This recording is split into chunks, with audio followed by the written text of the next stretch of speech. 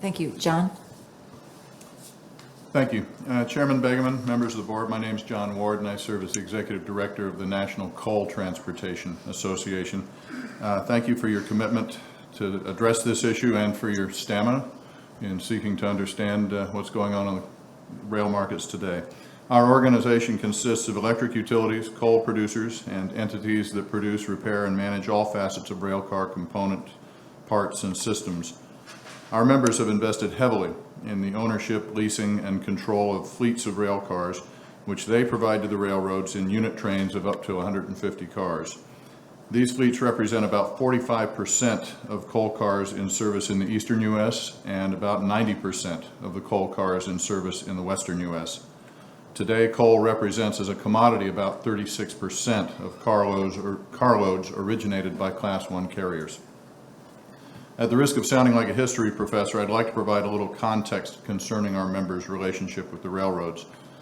Railcar technology and design evolved rapidly during the early implementation of the Staggers Act. At that time, the rail carriers asked coal shippers to provide capital to purchase unit trains of rail cars to serve them, as the carriers did not have satisfactory access to credit.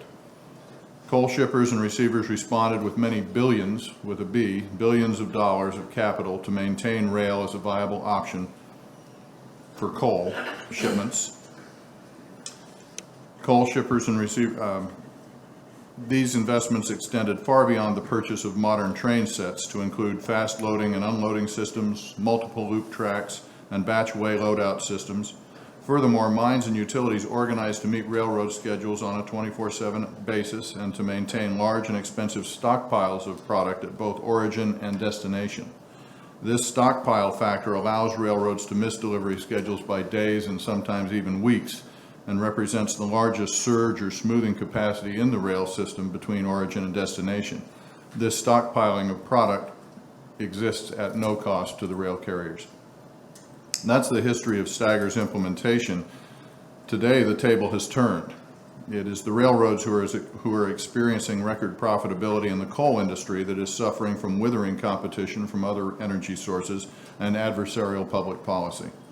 Despite this change in circumstances, I'm here to testify that our members are experiencing the same demurrage and accessorial fees issues related to precision scheduled railroading that you have heard recounted over and over again these past 2 days. Our written testimony contains specific examples.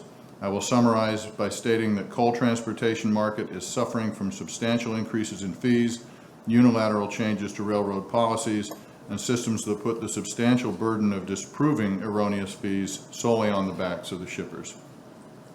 Our members still desire to have financially healthy rail carriers that can provide reasonable service at reasonable rates. We fully support the goals of improving efficiency and reducing network congestion.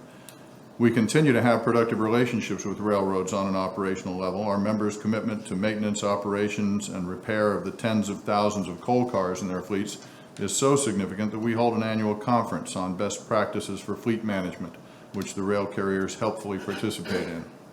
But as you've heard during 2 long days of hearings in a very large room, a room where the initial shortage and now oversupply of chairs probably provides some analogy for the concept of demurrage, there is a need for the surface People waiting outside to get yeah, another tornado is happening as we speak.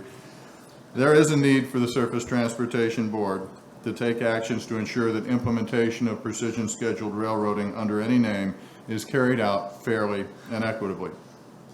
Taking my history professor hat off and becoming an English major for just a moment, I noticed that Member Oberman's interest in definitions. Reciprocity is defined as a mutual exchange of privileges, specifically a recognition by one of 2 institutions of the validity of licenses or privileges granted by the other. The coal industry was there for the railroads when they needed capital for rail cars, infrastructure, and business models that offer schedule flexibility. Fair treatment during PSR implementation is not too much to ask for in return.